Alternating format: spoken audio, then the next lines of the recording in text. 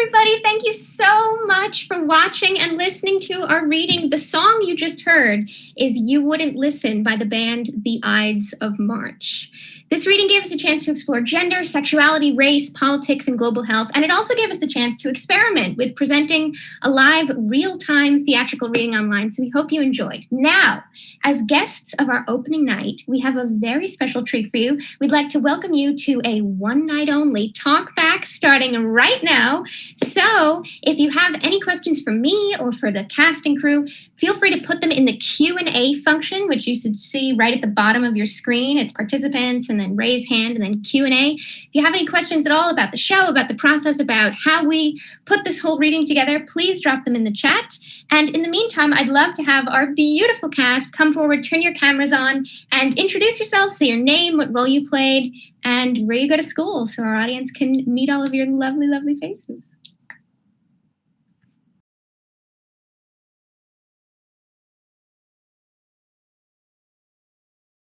Let's go with Caesar first. Hi, everyone. Thank you so much for watching. I'm Ashley. I am, I play Caesar, obviously. And I'm an incoming sophomore at the New England Conservatory of Music, where I am studying vocal performance.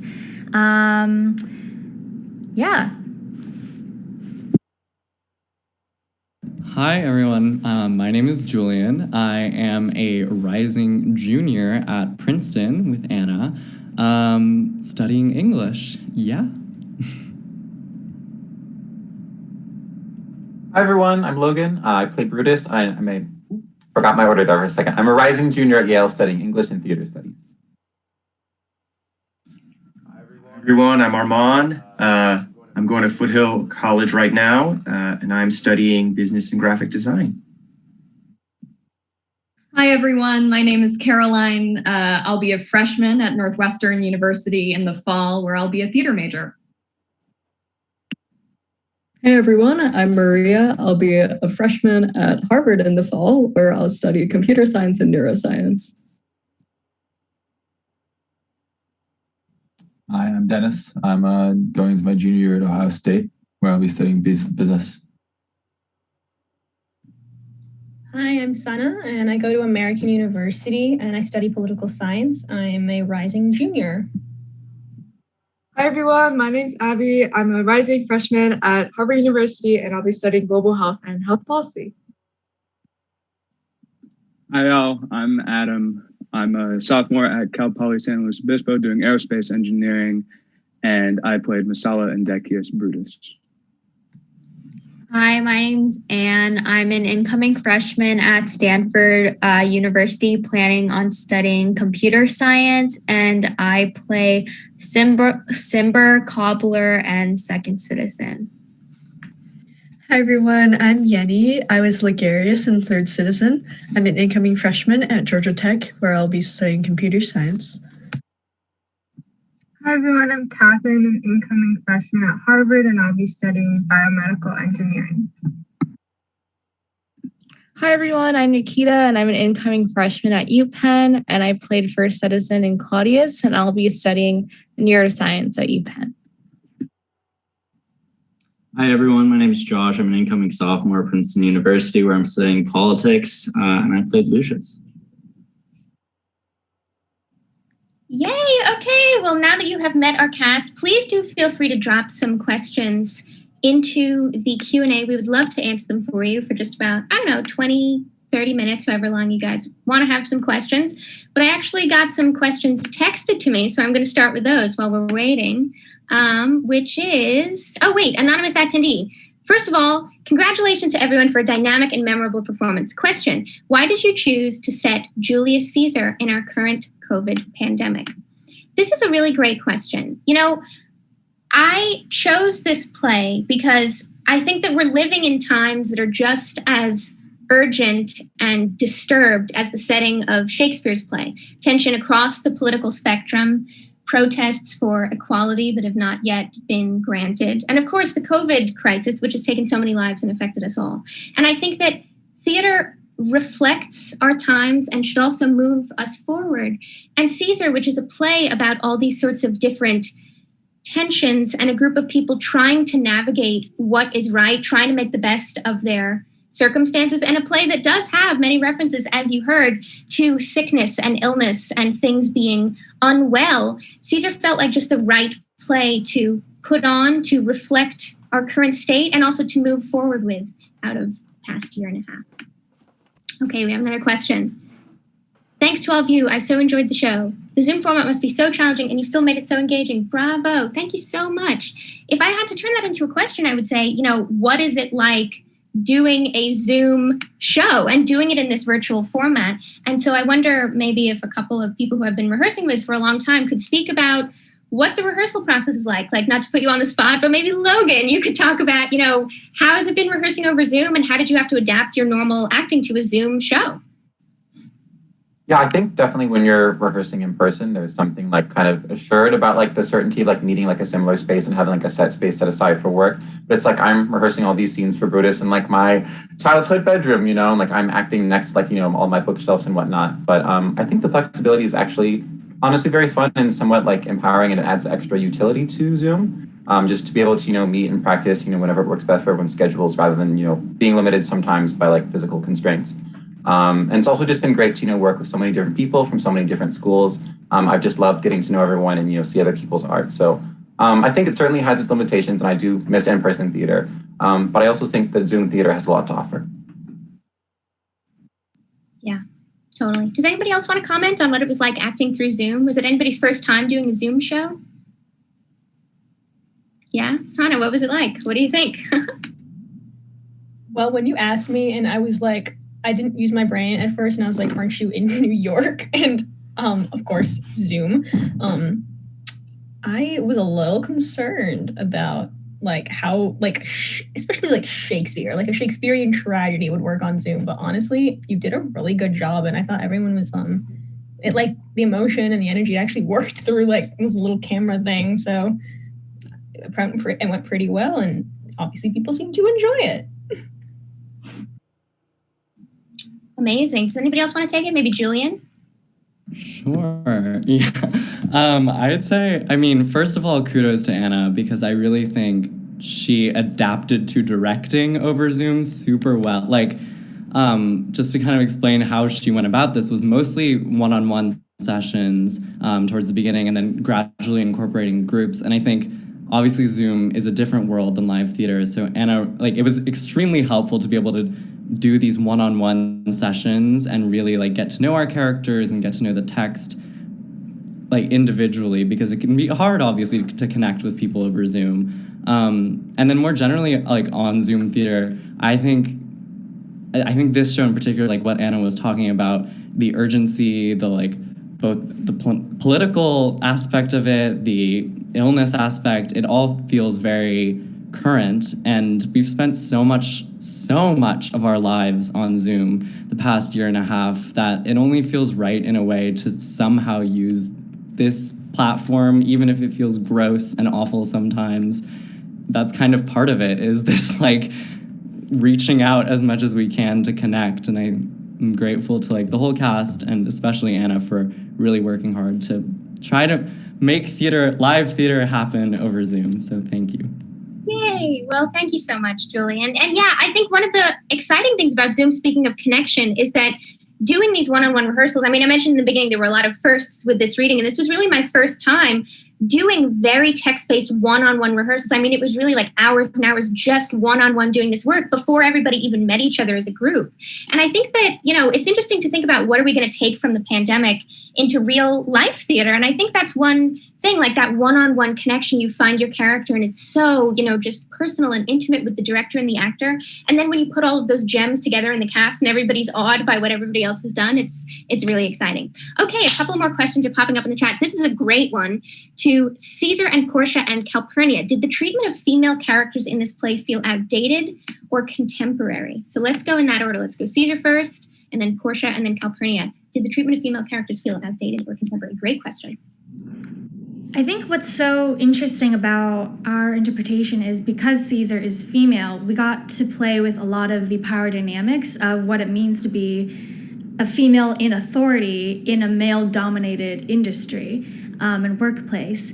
And obviously that kind of, we were playing with the two sides of Caesar when she is at work and has that sort of, business mode. She's very formal, she's very on top of everything, very commanding. And then the second she's with Calpurnia and they're alone, she has that sort of more intimate, more toned down, more, soft attitude and personality. And I think it's really interesting to see the stark contrast between the two and how you kind of, as a woman in such a male-dominated world, you have to kind of play up your masculinity almost in order to compete. And I think that's really interesting, and it's very relevant even today, even though we've had so much progress in that. I think definitely it's really an important topic to explore, and I'm really glad that Anna gave me an opportunity to play Caesar and had that kind of topic be such an important part of the show.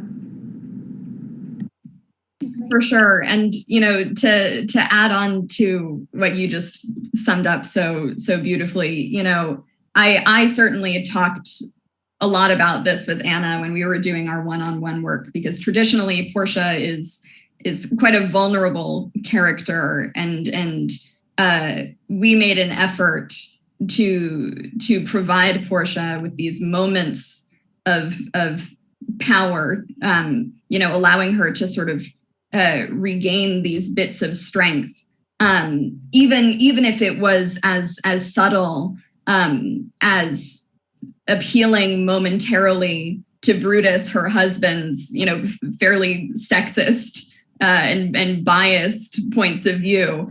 And so through those little moments, which are written into the text in a way that one might interpret them as, deeply problematic, we were able to look at those through a slightly different lens, to take them on as a way for maybe Portia to have her moment to stand up for herself, for what in the original text might sound like, she frequently makes digs at women's ability to keep secrets, or I have a man's mind but a woman's might. That is a part of her vernacular, and we were able to look at it in a sort of way that made it more a discussion about her mental health, as sort of a acute awareness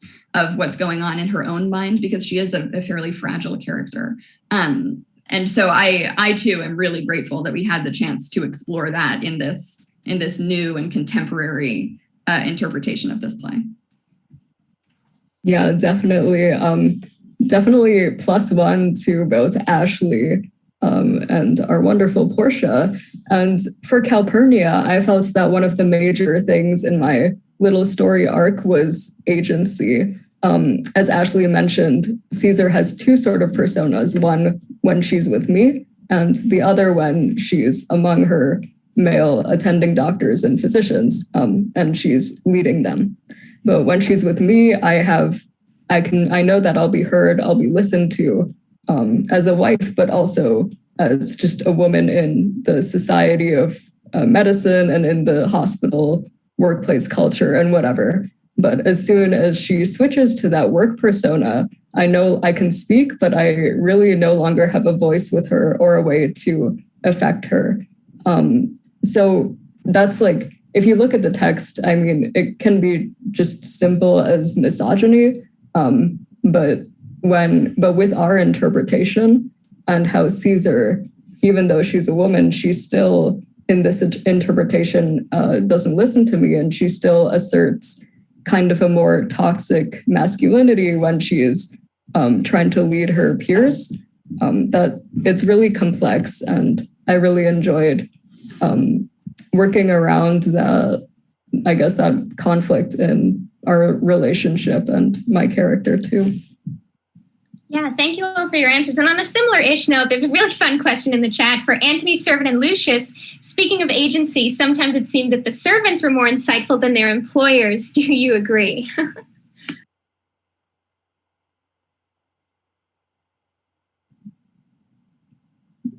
I think that's like a really interesting question.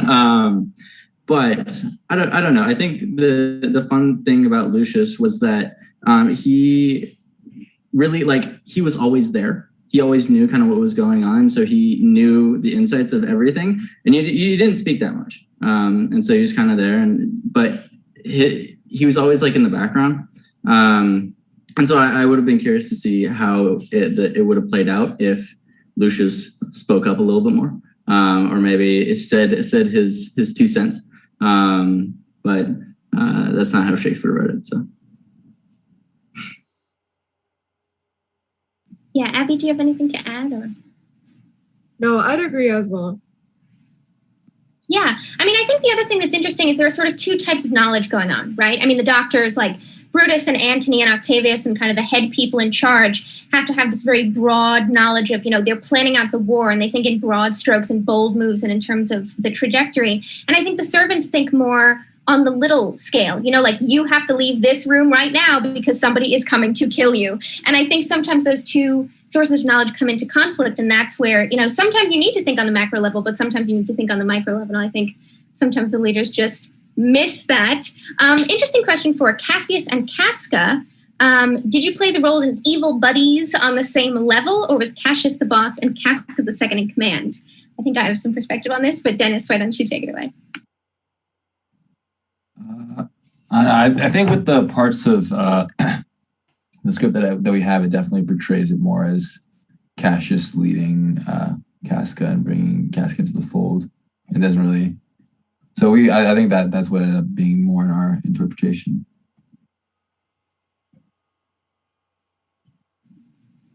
Yeah. Any further thoughts, Sana? No, yeah, I would agree. I would agree. It's like more the relationship is more like he's like kind of inviting him to his already kind of like this plan is already folding. He's just like, hey, you wanna help us murder this guy, like, and it's just folding him into the fray. Yep. Yeah.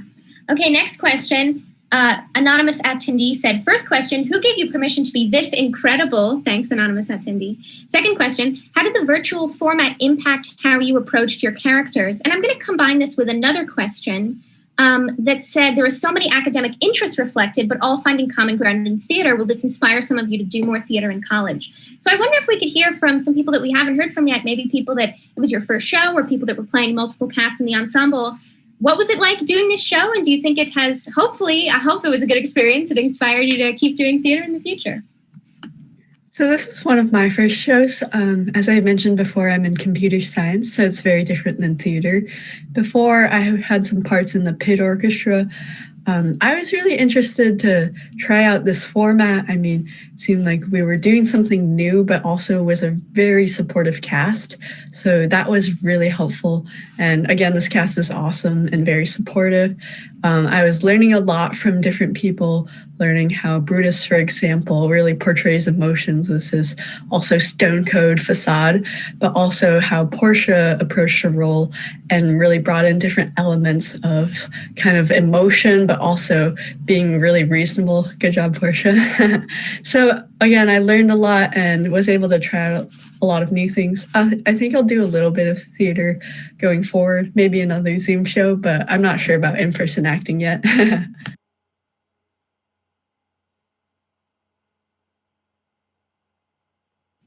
Great. Anybody else? Catherine, Nikita, you want to say anything? Adam?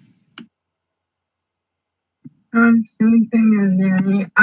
It's my first time doing theater or anything, and then Zoom. So I don't have anything else to compare it to, I guess, in person or anything. But I think the biggest thing was when we first got together in group, seeing how good everyone else was. I was like, oh my gosh, it's just awesome to see how good people are, and I'm amazed at the cast. Yeah, thank you for that answer. Okay, we're coming up on time. So Okay, I'm going to read a couple quickly. So great to hear non-theater people wanting to do theater. Yes, I agree. Theater's for everyone, and I hope that some people in the audience are inspired to, try a Shakespeare show if you haven't done it, because it is accessible and it is absolutely wonderful. Somebody said when Caesar was killed, all the alarms in our house got to beeping and we had to take cover because of a tornado. Don't know how you arranged that, but well done. What can I say? It's the magic of theater. And I guess I will close with a couple questions combined in terms of what was the inspiration for starting the Intercollegiate Shakespeare Company, and how did you get such a great cast? Somebody asked, from all of these different schools. Well, I've always loved classical theater, and Shakespeare specifically, ever since my mom would read to me from the collected works of Shakespeare as a kid. So I grew up on the stories. And as a female reader and student of Shakespeare who wanted to see myself reflected with complexity and humanity and frequency in classical drama, it became a personal and a theatrical and a scholarly passion of mine to reinterpret Shakespeare for modern audiences, representing everyone. So I'm a Shakespeare nerd, and I planned on founding an in-person Shakespeare company this summer to celebrate these kinds of theatrical reinterpretations.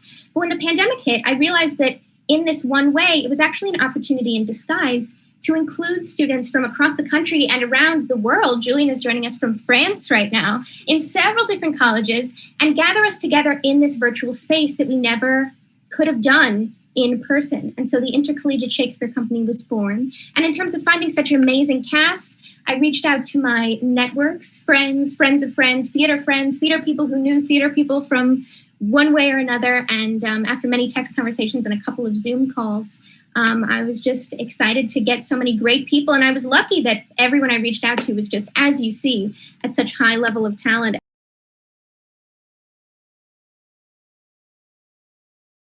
Okay, so let's, I suppose I'll go first. I forgot to introduce myself yesterday. My name is Anna Allport. I am the director of the show. I am an incoming junior at Princeton, and I created my own major in interdisciplinary theater and performance studies. So that's what I am studying. Why don't we have Ashley go next? So I'm so excited to see that there are questions in the chat already. So I will start with the first one. Why did you choose Julius Caesar? Good question. Well, to be honest, it was a gut feeling when I first proposed the project to the Lewis Center for the Arts. And by the way, I would like to formally thank, we, the company, are so grateful to Princeton University's Lewis Center for the Arts and the Sam Hutton Fund for the Arts for their really generous grant to make this company and show possible. So huge, huge, huge thank you to them. And when I first proposed the project to, give them some applause, virtual applause. When I first proposed the project to the Lewis Center, again, it was a gut feeling. And if I had to break that down, I think I chose this play because we are living in times that feel just as urgent and disturbed as the setting of Shakespeare's play. In this play, the characters question the validity of the country's ruler. They discuss illness. There's infighting. They discuss, as Cassius outlines in his speech and Portia in hers, equality. Shakespeare, I think, is always relevant, but Caesar is especially reflective, as all theater should be, of the conflicts and also of the sustaining hope of our current times. And Caesar felt like the right play to move forward with out of the last year and a half. So we have a question for Brutus. Do you think your character is an honorable man? If so, why? Very interesting question. I think definitely a complicated question, not like a full linear answer. But I think he starts off with a very set code of ethics, which is already, questionable in the ways he treats other people and the way he manages his interpersonal relationships. But I think he thinks he's honorable. But then as he goes on, there's that scene between him and Cassius where they're celebrating Caesar's death. They're kind of incensed with bloodlust. Yes, we have abridged her fear for fearing death by having killed her. And I think once you get to a point as a character, as a person, where you can rationalize any decision you make, and you kind of lose your moral bearing. And so I think Brutus loses his moral center at some point. But then at the end, he does kind of come back to that sense of guilt and honor. And then that's how he kind of, I guess, rectifies that in his own senses through his death.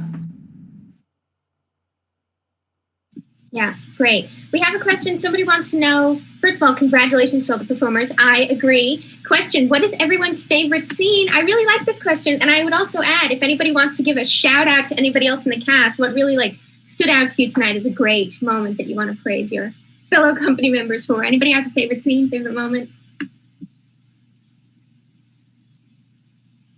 I gotta praise, both Anna and Caroline for this moment. My favorite moment is the candle moment, which is Portia's death.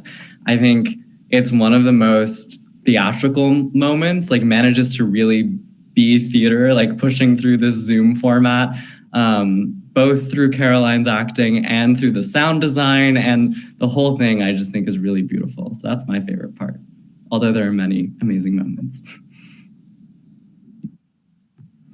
Like to second that, I love the sound design. Shout out to Anna for putting this all together.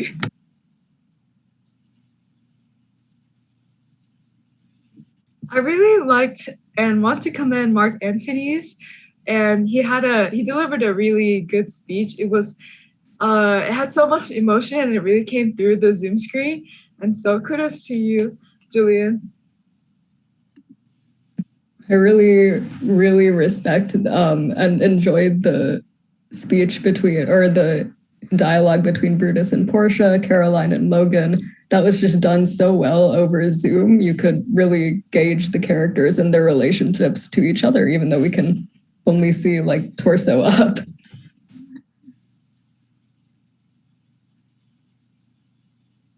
Yeah. I also want to shout out Logan. I remember the first time we ran that ghost scene, his eyes, I love what he does with his eyes. And I think genuinely it's probably one of the best features about Logan is just like those eyes, man. I one of my former directors for another production once said that I did quote unquote crazy eyes, where I get really passionate and they pop out of my head. So I really love the ghost scene also. But I think throughout the play, even when I was just doing some of the early rehearsals with Anna, I just love all the little scenes and moments with Lucius. It's one of the few moments humor in the play and thinking in terms of the hospital setup. It's I don't know, attending doctor and this poor intern. It just kind of reminded me of I don't know, Grey's Anatomy. I think there was a lot of fun there, but also a lot of kinship and real emotional connection at the end. If I could just jump in, one of my favorites is the scene between Ashley and Maria, I think, and particularly when the soothsayer comes in and just the character arc that you see, and I know we talked about this yesterday actually at the Talkback, but the way in which you treat each other when it's just the two of you versus when this soothsayer comes in with a rather convenient interpretation of this dream, and all of a sudden we see that shift, and it's just so fascinating to watch.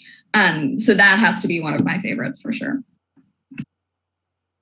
Yeah, that's really wonderful. Thank you to whoever asked this question. It became this really nice love fest with the cast. Here's another question for Ashley. What was the most challenging part of playing Caesar, and how did you practice dying? Good question on the Zoom format. How did we do it? Take it away. Yes. So to answer my sister who asked this question, I think the most challenging part of playing Caesar was kind of exploring the different nuances and layers that Caesar has, especially in this modernized version. Her different sides, and then also what it kind of how she treats the different people in her life, not just Calpurnia, but also her relationship with Brutus, her relationship with Mark Antony, and all of those little things that kind of add up to make up this very complex character that is Caesar. And then how did we practice dying? Well, Anna and I ran through a different, we brainstormed a few different things about how Caesar could die. And Anna had this genius idea that because we're in this hospital setting, why don't we just, use what we have and stab with syringes and things like that. It was kind of challenging putting it all together at first because we're all online and it's just at the screen.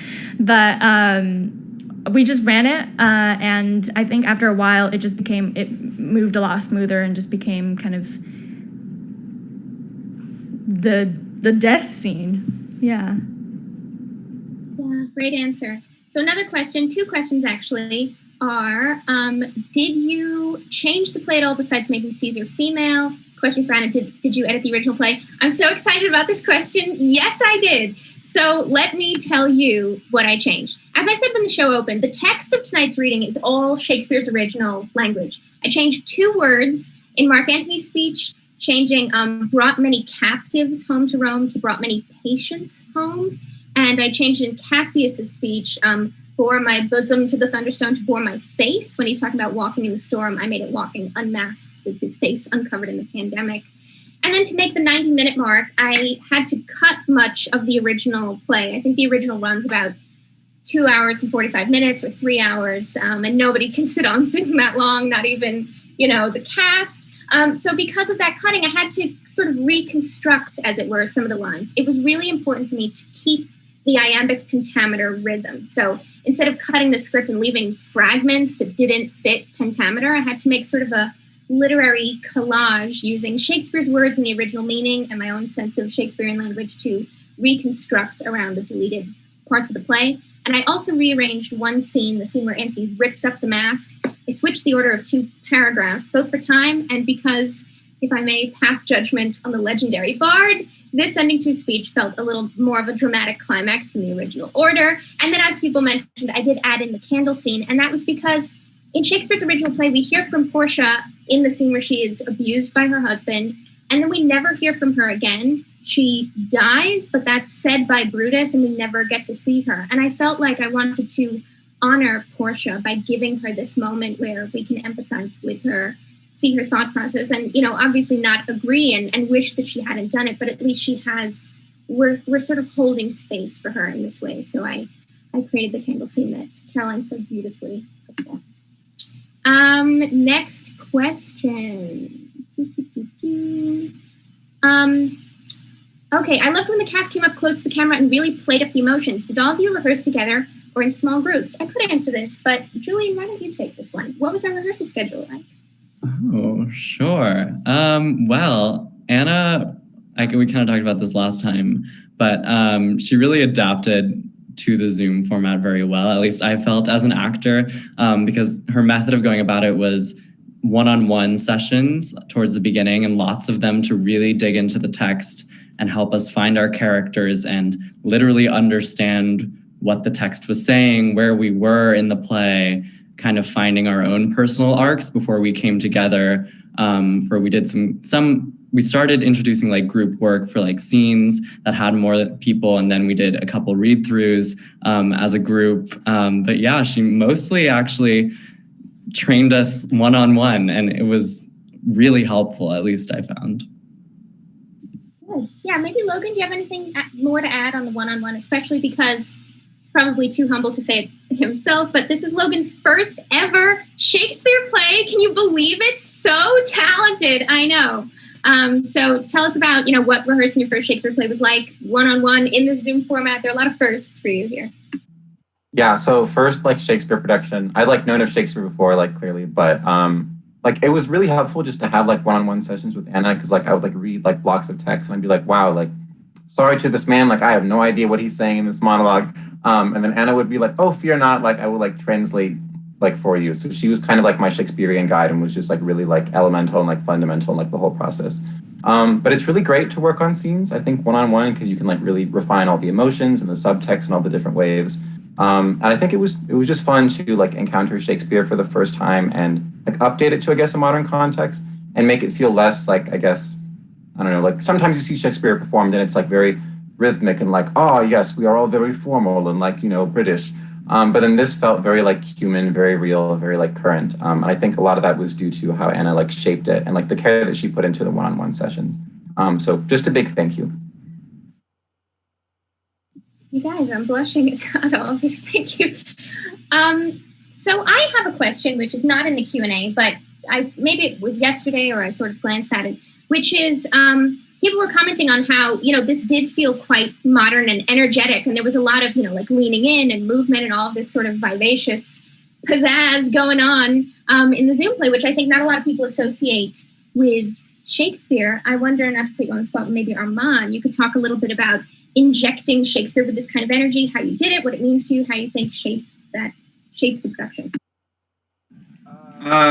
Sure. I think just building off what Logan just said, Shakespeare, especially when you don't know what it is, it's a lot of words that aren't used, and it's very.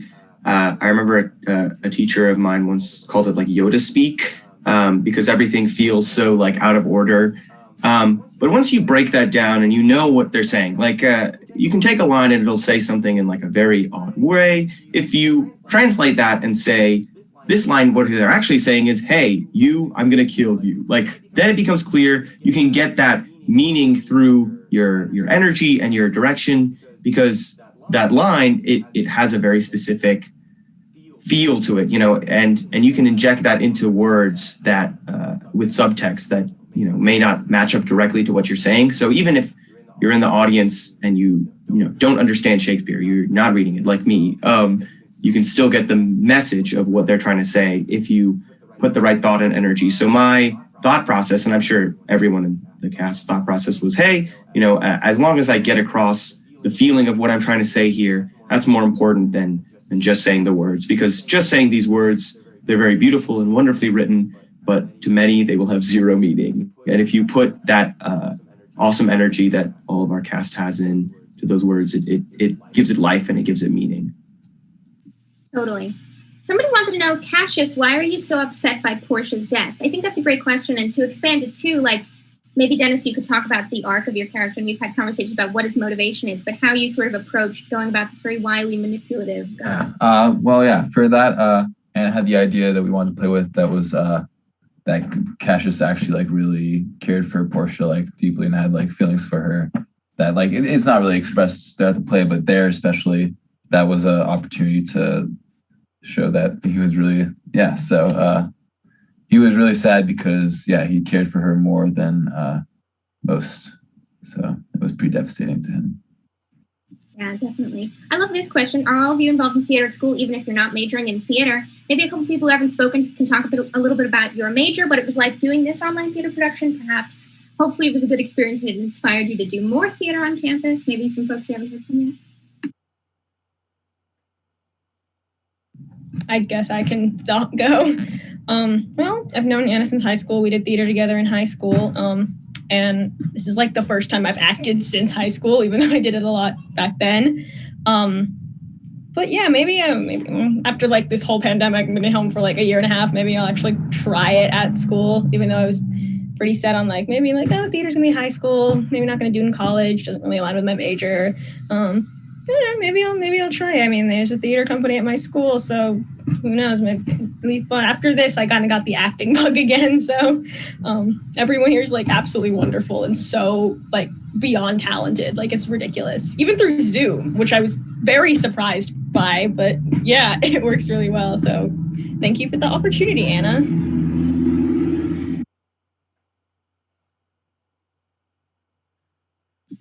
My pleasure. Anybody else? Yanni, maybe Josh, Nikita? Yeah, of course. So I'm in computer science, as I mentioned before. And throughout high school, I only did theater, as in I played violin for the pit orchestra. But it's really interesting to me to see how people take this craft, do it on Zoom. And I've always enjoyed watching shows. So I'm glad I took the step to do it myself and then try it out.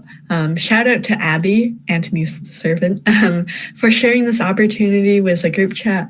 And I'm really glad that I was able to try it out. And I think I'll maybe do another one of Anna's shows if she'll have me. Or also, I'll see what's available. I mean, won't close any doors.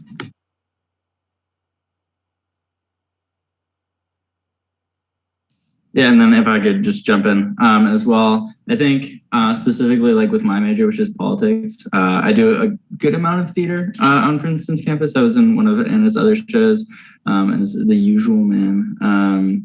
But I think specifically with politics, I think that there's a lot of performance in politics, especially modern day American politics, where, you don't really know what you're saying, because I feel like a lot of people are acting. And so it's really interesting to kind of like see how the theater process here relates to kind of modern day politics.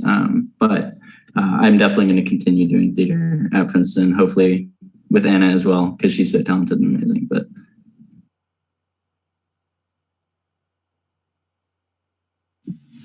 Thank you. Okay, I don't want to cut anybody off. Does anybody want to say anything, or should I move on to the next? Okay, maybe we'll do 2 more questions. Somebody asked, why the hospital theme? I could speak about this, but I think it would be interesting to hear from the cast as well. Basically, I think theater and Shakespeare should feel relevant. And what is more relevant than the pandemic that we are currently in? I mean, it is a big point of sober reality for a lot of people. And, we're still wrapping our heads around it, and all the sorts of internal political things that come with that, I think, reflect a lot of the politics in the play. But I wonder if we could hear from some of our actors what that hospital theme meant, how you went about portraying it, what you thought of it, how it influenced, your reading of this play, all that kind of good stuff.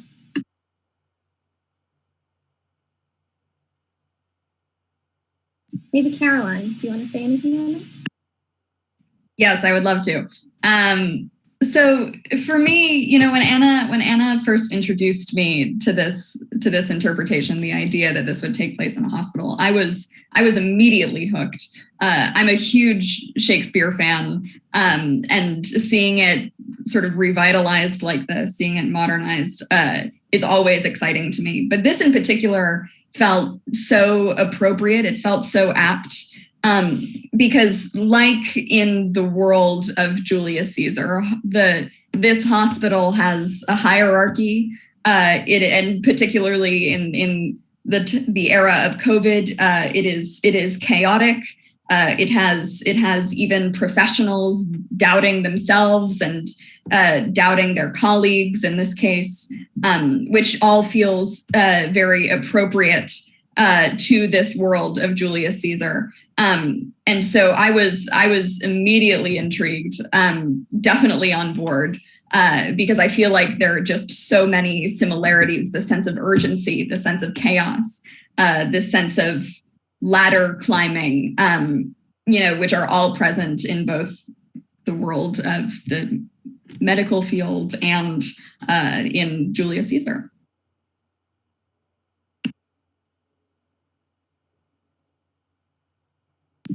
Great, very well said. Well, there was a question that was posed in yesterday's Q&A that I didn't see in time, but I really wanted to get to it because it's an excellent question. And I'll pull up the screenshot so I can honor the question's author properly. They said, one more down, hold on. 2 more down. Okay, here, great. Great job all. I really enjoyed everyone's performances. Anna, I'd love to hear your thoughts on choosing Julius Caesar and the direction you took with your adaptation, the gender dynamics, how a woman of color lead affected the interactions of the couples in the setting, any personal reasons for choosing to cast in a certain way. And I'm so glad that this was asked. It's an excellent and important one. And there's a complex answer and a simple one. I think the complex answer is that having Caesar as a woman of color allowed us to put race and gender and sexuality at the forefront of the themes of this show. And after the social justice protests of the last year, the human rights implications of recent legislation, and the general race and gender and sexuality-based inequalities around the world that still persist, these are the kinds of discussions that theater should be provoking us to have. And the simple answer is casting that includes and reflects and celebrates everyone is how theater should be, plain and simple. It isn't all the way quite yet, but I feel like it's my responsibility with the productions I produce to work towards making this a reality, making the theater industry in general, humanity, if I may, a little more inclusive. But Ashley, I wonder if you could sort of close us out, and then I'll wrap up the talkback with what it meant to you. Yeah. I'm so grateful for that Anna gave me this opportunity because as someone with an Asian heritage, as an Asian American, especially in the performing arts industry, we don't see a lot of representation on stage or in film. And Anna and I had a discussion about also Caesar being, me, and then Brutus being played by Logan, what that means as well, with these 2 minority groups kind of almost pitted against each other, but in reality, shouldn't all minorities stick together? So there was also that question of Brutus killing Caesar, but when both of them are people of color, what that means. But I think, yeah, it was definitely a really important part of what this play is about, and bring that to the forefront of the play. I think Anna really was aware of every single thing that she was doing, and she knew exactly how to do it in a way that didn't kind of mask any sort of racial or ethnic inequality. Well, thank you. I'm glad. All right. Well, everyone, I think it's 7:01, so we'll wrap up. I'll just quickly answer the question, what's next? Do you have any upcoming productions? Well, indeed we do. Tomorrow at 2 EST is our very last showing of Julius Caesar, and this is going to be our last live show. We worked for so long to put this show together. So if you liked it today, consider coming back tomorrow, because it's going to be new and different, as all live theater is. After that, next week, we're going to be putting on a Shakespearean monologue series, so stay tuned for that. In August, we're going to have a workshop for middle and high school students. It's going to be a Shakespeare 101 to get them learning about what is Shakespeare, how to read it, how to perform it. And then, I don't know, there might be a production or two during the school year that we might be able to tease soon, but we are on Instagram, so make sure to follow us there. You can also email intercollegiateshakespeare@gmail.com if you want to be on the update list for our future productions.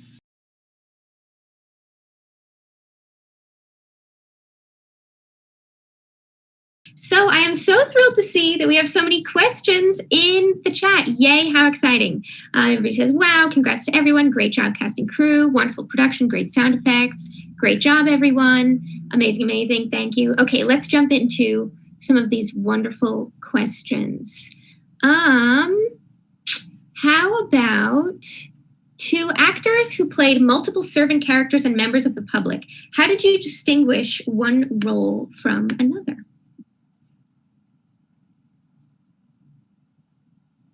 So about like Abby, Yanni could talk about it, and Nikita. So I played 3 characters. One of them was Lepidus, and he is wise, he's seen things, he's quite old. And so whenever I transitioned to his character, I tried to get into the role, get in character, and maybe sit back a little bit, try to mimic someone who I'd imagine is old and wise and has seen things. And my other characters are Caesar's servant, Antony's servant. Whenever I play those servants, I try to be really eager and look eager to serve Antony or Caesar. And so maybe Mark Antony, he might say something and I'm like, yes, will do. And so I just try to imagine and have a picture in my head on what a servant or what Lepidus would look like, and I tried to fulfill that role.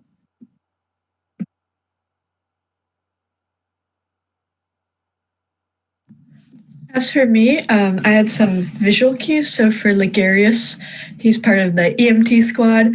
My hair is up because that is a traditionally male character, and also that helps distinguish between citizenry.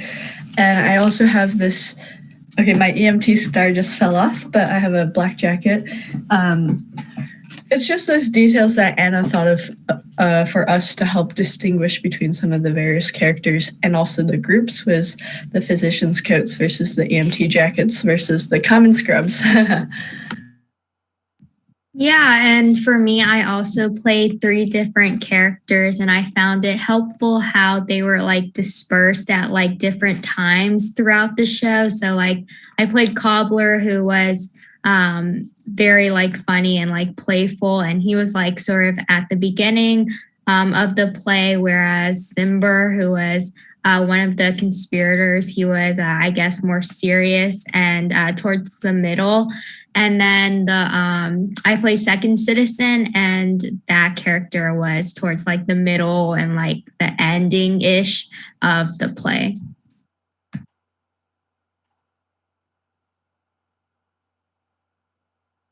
Yeah, great. Nikita, do you have anything to add?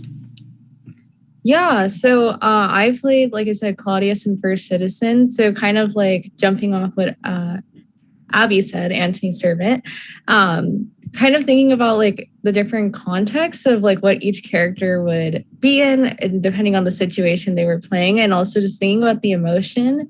And for example, the first citizens were just more like energetic and everything, but then when it came to Claudius and the situations he was in, being more afraid of the situation that was happening with Lucius and stuff. So really just keeping on top of emotions and really just embracing myself into the context of each situation and making sure to really change that as I transitioned between each character. Totally. And Adam, how about you in terms of differentiating the two characters? Well, like people have talked about before, the differences in clothes certainly give you a different, like, all of a sudden I'm in California right now, so having that EMT jacket on is pretty hot, and it makes me a little more like, and that's exactly what Decius Brutus needs. And then I'm very much cooler here, and I'm keeping everything cool behind the scenes as Messala, kind of being more that second hand to Brutus and Cassius. Yep, responding to the elements. This is method acting. Okay, great. So I love this question for Calpurnia and Portia. In the original text, we don't hear from these two characters after the middle of the play.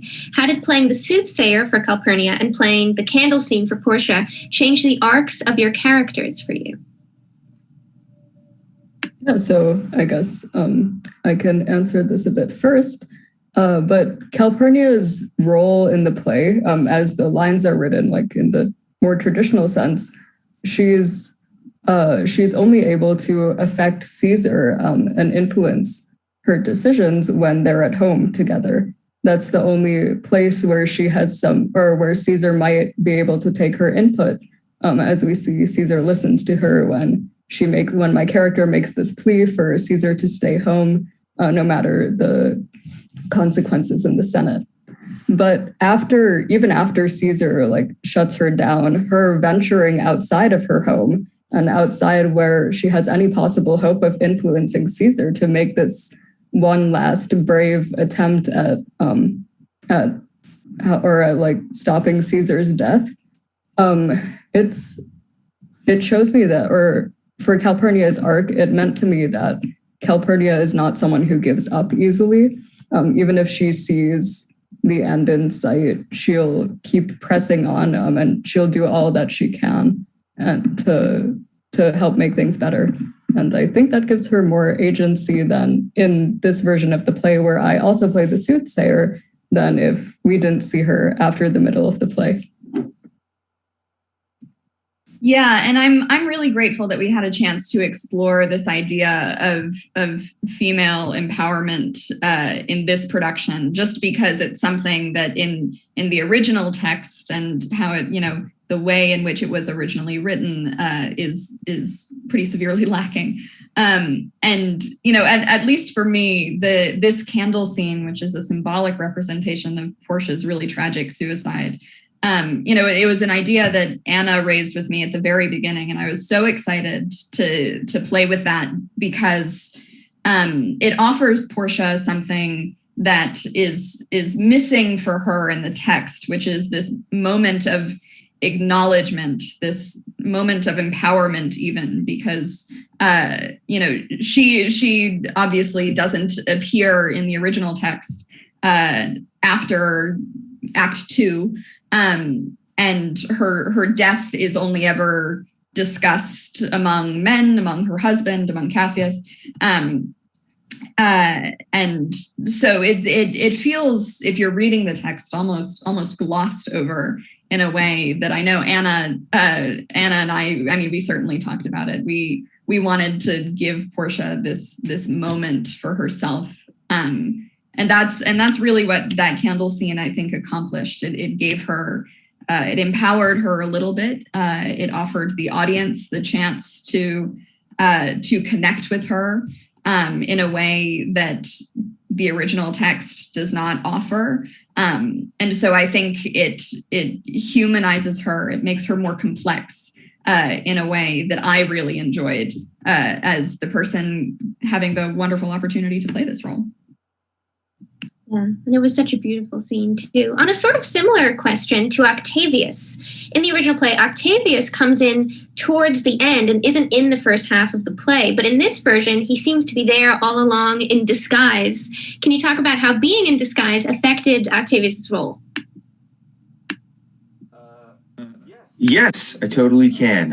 Originally, I'll be very honest, I'd never read Julius Caesar, didn't know the plot. And so when Anna went over it with me and talked about what Octavius was, originally in the play, felt like a very like Fortinbras from Hamlet style character, where he comes in to kind of wrap things up at the end. It's a new era of what happens after the play that we don't get to see. And Anna's changes are she has kind of, like in the question said, has kind of weaved Octavius to be there all along. And I think what that does more than anything is it really gives Octavius another layer to his character at the end. Why is he fighting? You know, it's not just that his mother has been killed. It's that he was unable to prevent that. He knew that it was happening and he was trying to prevent that. And the fact that he has failed to do that as well is a whole other layer of sorrow to his character and a whole other layer of anger. And I think he is a younger character in this play, so there's a bit of a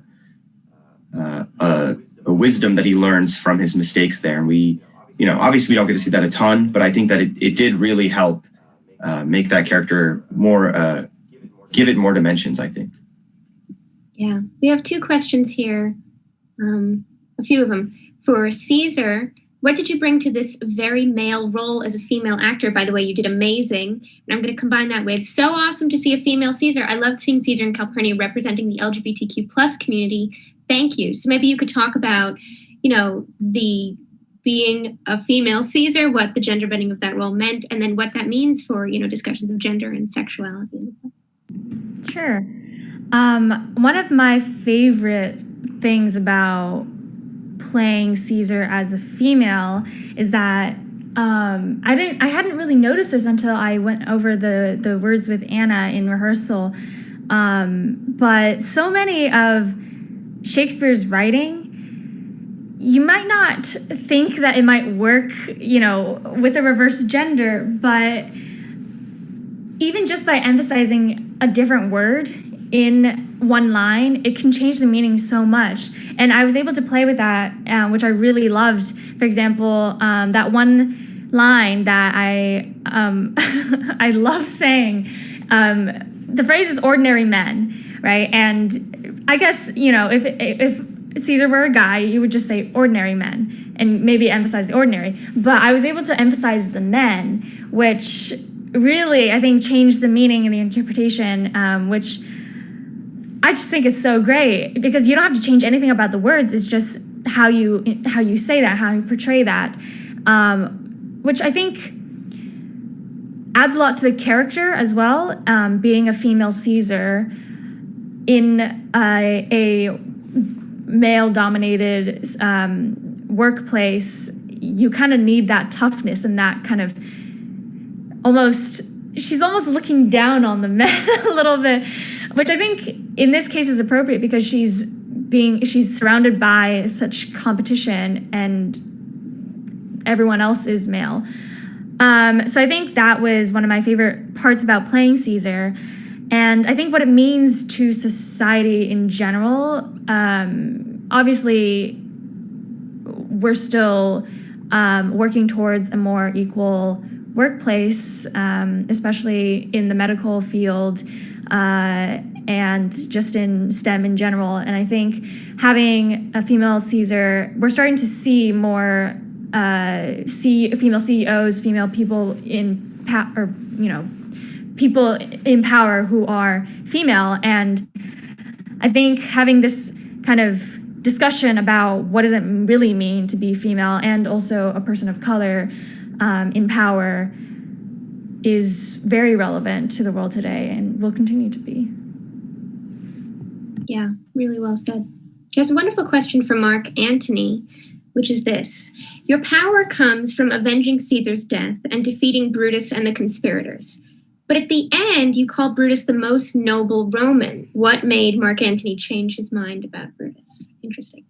It's a really interesting question. Wow. I think the key for that is in the word noble specifically, just because I think it's really interesting to track how that word is used throughout the play, especially between Mark Antony and Brutus.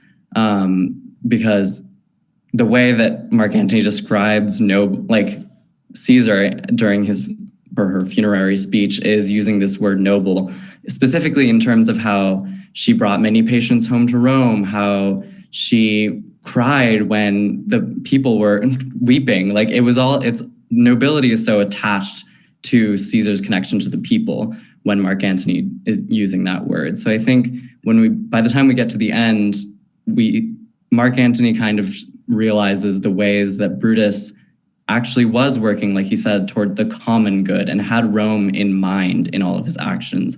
Although obviously the effect of what he did was horrible and Mark Antony was working to avenge that, I think by the end he understood the intention. And even throughout, Brutus does maintain some sense of nobility that I think Mark Antony sees. For example, well, he doesn't see this, but he experiences it, the fact that he is the one who defends Mark Antony's life when they're deciding whether they should kill just Caesar or many others. And Brutus is like, no, that's excessive. That's not the goal isn't death. The goal is to better the state, to do what's right for the people. And the same is true when Mark Antony asked to bring Caesar's body into the forum and also to speak at her funeral, and he grants that. And so I think Mark Antony has recognized this nobility throughout the play, but really connects that nobility to Brutus's desire to do good for the people at the end. Yeah, really interesting. I'll have to rename myself. 2 questions for Dennis, for Cassius. Number 1, Caesar didn't seem mean. Why do they kill her? And number 2, does Cassius change to be good at the end? Both interesting questions. I mean, I guess it's kind of not fully about like that Caesar is necessarily a bad person or bad, but all about the idea that they didn't want somebody rising to power as like one single person, and like the way like Mark Antony offers Caesar the crown, and that's like specifically pretty enraging to Brutus and Cassius, I think, because that's like kind of not what they were working towards at the time. So even though Julius says no to that, that's something that doesn't really play into what they want. So that's definitely something that played into it, but more so for Cassius, I guess it is a little bit of jealousy for him being the one of all the leaders to be, or her, I guess, be put above everyone. And that definitely plays into why Cassius isn't respected as much by Mark Antony. And in the end, why. So I wouldn't say he's good, but he definitely good is like a hard thing to categorize. But yeah, he wouldn't not compared to Brutus, I'd say. Yeah, a lot of moral gray area in this play. Speaking of Brutus, maybe Josh, you could take this question. Can you talk about the complicated relationship between Brutus and Lucius in the play? Sometimes it seemed tender and kind, other times it's super harsh. Yeah, I think that harshness is something that's just like very characteristic of Brutus. I think in all of his relationships, he's very harsh to people. I mean, the scene with Portia, which is probably one of my favorite scenes, is very harsh. But I think I played Lucius as though he had been a servant to Brutus for quite a while. And it's very much like a father-son sort of relationship. And so you have these very tender moments in which Lucius is actually able to kind of penetrate through to the softer part of Brutus, which I think is really beautiful because you can see the softer, kind of nicer side that isn't really shown many times throughout the play. And I think it humanizes Brutus a little bit more, which also makes it just even more tragic and horrible when Lucius is the one, but also beautiful when Lucius is the one to actually take his life. So yeah. Yeah, that was one of my favorite parts of cutting the play, was teasing out that Brutus-Lucius relationship, because it is interesting and complicated and problematic, but also really tender and heartfelt at the end. This is a nice question. Okay, even though it's not real, is it hard to act in a murder scene? Perhaps some of the conspirators, maybe Ashley, could talk about, that fun little moment, how we worked it, what's going on.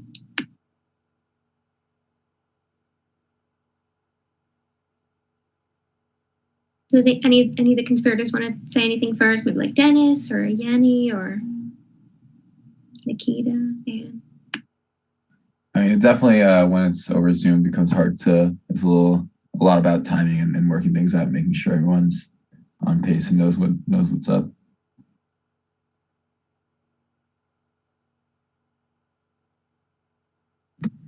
Definitely agree. I thought it was interesting that we use syringes to really fit the hospital setting. And it was definitely a lot was timing, but it is kind of an emotional scene because Brutus and Ashley at the end, they do such a great job of having the right timing over Zoom of basically just Brutus and Ashley like looking at each other for a little bit and then was the actual death. So then I'll let Julius Caesar herself talk a little bit more about that. Yeah, it was for sure a very interesting, very different process. I remember when we first started rehearsals, it was kind of no one really knew what was going to happen because we knew for sure we couldn't do a full-on combat scene. But I think what's so great about being over Zoom is that there are so many different options and so many different paths that we could have taken. And the one we ended up going with really like Yanni said, it just fits the setting very well. So just a lot of clicking and unclicking on the video button. But it was really fun. I really enjoyed it. yeah, that's great. Maybe we combine a couple of these questions. What was the hardest scene to act in, and what's the biggest difference between performing online and performing in person? Maybe a couple, like one or two people could talk about that. Maybe Julian, not to put you on the spot. Oh gosh. I mean, there's so many differences. It's been obviously such a long time that we've all been living on Zoom for most of our daily lives that it feels almost like a different entity to me than like in-person theater, because it is live theater in its own way, and almost even cinema or like movies, because you are like trying to act towards a camera, like having to deal with, there are just different technical things that you're worrying about, like where you're placing the script on screen and the Zoom windows that you can look at other people. And it's just honestly a completely different beast in its way, where like you don't feel the energy of your castmates and especially not of the audience. Which is why it's really nice to actually hear your questions and hear your thoughts, because it's nice to know someone's out there in the void, because otherwise you're just kind of here in your room. Like I will literally be doing jumping jacks off screen like before I come on, because I feel so like, oh God, I'm just sitting in front of my computer, like everything else. Though it's extremely different, and I definitely miss live theater very, very much. But I'm really grateful that we're able to actually come together in some form or fashion and be able to do this during this time, even if it's not always what you want it to be. That's kind of the point, I feel like, of theater, is pushing through and trying to see what you can make with what you've got. So we're doing our best is what I'm saying. Yeah, I think that's really great. So it is 4 p.m., so maybe I'll just wrap it up a little bit. Bang out some questions really quick. Number one, I'm in middle school, but really hope to audition for you one day. I am so honored to hear that. Please do. Thank you so much. And what I would say is, if you're at all interested in our company, follow us on Instagram, because that is where we'll be posting audition updates, things about future shows. It is IC Shakespeare. Intercollegiate Shakespeare looks just like this. So please do follow our Instagram account and make sure to get those updates there. Are you doing more shows soon? Well, funny you should ask. We actually have a Shakespearean monologue series premiering next week, so look out for that. We are going to have, thank you, yes, I see Shakespeare in the chat. We're going to have a workshop for middle and high school students, sort of like a Shakespeare 101 workshop about how to read Shakespeare, how to perform it, that sort of thing. And there may or may not be some, scenes, some shows potentially over the school year that we will be announcing very soon. And I guess I'll just end with this really sweet question, are all of you friends? You're a good team. It was such an honor for me to get this amazing cast together. And it was some of my friends, some friends of friends, some people that I knew through other networks, and everybody knew each other. So a couple of us knew each other, but nobody knew everybody else in the cast, least of all me. I think I knew about 25% of everybody before we started. But it's really become a really nice family, I think. I mean, I hope everybody would say the same. So I don't know, maybe we could end with, there was something that I really loved that we did yesterday is everybody went around and sort of said their favorite moment or gave a shout out to somebody else in the cast. It was a really sweet way to go. And since this is our final show, maybe we could do that again. Like everybody could go around and just sort of say a moment that they really liked or shout out somebody else in the cast for something that they did really well today.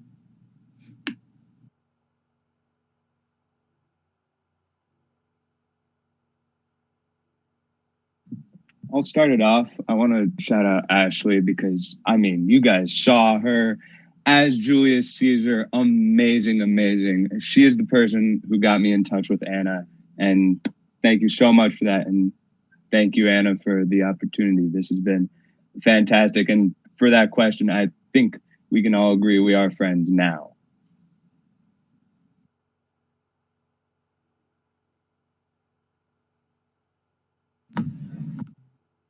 So I want to shout out Cassius because he is super talented, and it's just like whenever you're acting, it's like, I don't know. It's like if I were ever to be an actress, then I would try to emulate how you get into roles so smoothly. And I don't know, you're just so talented. And this is my first time doing theater, and all of you are so talented. And so major shout out to all of you for setting examples for the rest of us who aren't as familiar. And also big shout out to Anna. Thank you so much for this amazing opportunity. And yeah, we're just so grateful for you. So yeah. Honestly, one of my favorite moments is a conversation between Caesar and Calpurnia. And number one, the metaphors was the lion, the two lions whelped in the same day is just beautiful. And Ashley did a great job of bringing that to the Zoom screen. So it's just one of my favorite moments for the show for some reason. I think I already alluded to this, but the moments with Portia and Brutus, your guys' fight, it gives me chills every time. It is just amazing acting. And honestly, I didn't know that I could get chills over Zoom. Like I didn't think that was possible. But you know, your performances were just insane. Thank you so much, first of all. And second of all, I was actually going to give you a shout out, Josh, because I had only ever rehearsed. So, you know, I have 2 spoken scenes and I had only ever rehearsed one with another person, with Logan. And so when you showed up on screen for the first time and I actually had someone to bounce off of, first of all, I was pleasantly surprised about that because I had only ever, you know, done that by myself or with Anna, and, you know, which is lovely, and Anna is fantastic as always, but I had never done it with another person. And so when you showed up, I was like, oh my God, great. And then you really showed up and I was like, oh, wow. Oh, he's good. So you continually surprised me with just how invested you were. And I really, really appreciated that, particularly when, you know, we rehearsed that scene for the first time, and then you continued to impress me. So just wanted to shout you out for that. I would like to bounce off that and give another shout out to Josh. I love your scene with Brutus when you kill him, which is sad, but I love the way you portray the emotion. And every time I'm just like, wow, you know, like even over Zoom, you can really hear the emotion and see it and see the expressions. So I loved it. Yeah. I have to shout the scene out. I wanted to shout it out yesterday, but we were running out of time. But I love when Adam comes in and starts manipulating Ashley as Julius Caesar and totally like overriding everything that Calpurnia, who is played by the lovely Maria, who's not here right now. Just like that whole scene, all three of you just do such beautiful acting. Even Maria, who's not even saying any lines, her reactions to what Adam is saying and how charming and cool, you know, he's being about it. It's a very lovely scene that I think is well done and I hope was noticed by everybody. I love watching that happen. Yeah, I just want to say everyone, like, obviously pops off and is great. But I want to shout out Julian and Logan, our great Mark Anthony and Brutus, because both of them have like just come into like the way you walk in after Caesar's death and you're already just fully like in it the moment you're on stage, and it fully just like brings it out of everyone else, definitely. And yeah, they're both great. Thank you. That's so nice. Huge shout out to Logan. He had to run to a flight, but he is incredible. But I want to specifically shout out Abby, because kind of like Caroline was talking about, Abby was the first person I did like a little scene with, because we had done one-on-one so much. And then that one little scene after the whole Friends, Romans, Countrymen like saga. And then it's this like small servant scene where like we're going to move the body together. And every time your reaction when you see Caesar's body like genuinely breaks my heart and like brings tears to my eyes. And you can really just like feel all the pain in that. So yeah. Yeah, one of my favorite scenes was Caesar's ghost scene, which I thought was like really epic. So major props to Ashley for that. And just a huge shout out to Anna, because it was like my first time ever acting. And so just shout out to her for making me feel like super comfortable and welcome. Yeah, I would have to say my favorite scene is probably the stab scene with Caesar, just how like Ashley really portrayed the death really well, and everyone was really into their each action with the syringe and like the blood flying up and everything. And it just a great way to translate that over Zoom. And also, yeah, shout out to Anna for putting this on and rehearsing and putting so many hours, days, weeks into this to make this possible. So yeah, and everyone as well. Everyone was amazing. Yeah, thank you. And just beautiful cast. And I'd absolutely like to shout out to Anna and Nikita, who joined and immediately burst onto the scene with so much amazing energy. You know, they joined a little later than some other actors, but just fit right into the mold of the rest of the cast. And Josh, too, who just jumped in sort of last minute. And as you can see, all three of them and everybody really did a great job. Major props to everybody I've been rehearsing with for a long time now, which is so exciting. And I can't believe that it's our final thing. So I think everybody went, right? Am I cutting anybody off, or everybody shouted somebody out in our little love fest? Okay, well, I think with that, we will wrap up. So I told you, the audience, what our next shows are going to be. Definitely follow us on Instagram. You can also email us, intercollegiateshakespeare@gmail.com, if you have any questions. And we are just so thrilled that you are here for our last show. If you liked this show, if you liked this company, please spread the word so we can put on more shows in the future. And just thank you so much from the bottom of our hearts for being here. It was really just such a pleasure for me to put this on, and I hope it was an equal pleasure for the cast. So thank you for joining us, and have a lovely rest of your July 31st. Thank you so much, everybody, for coming.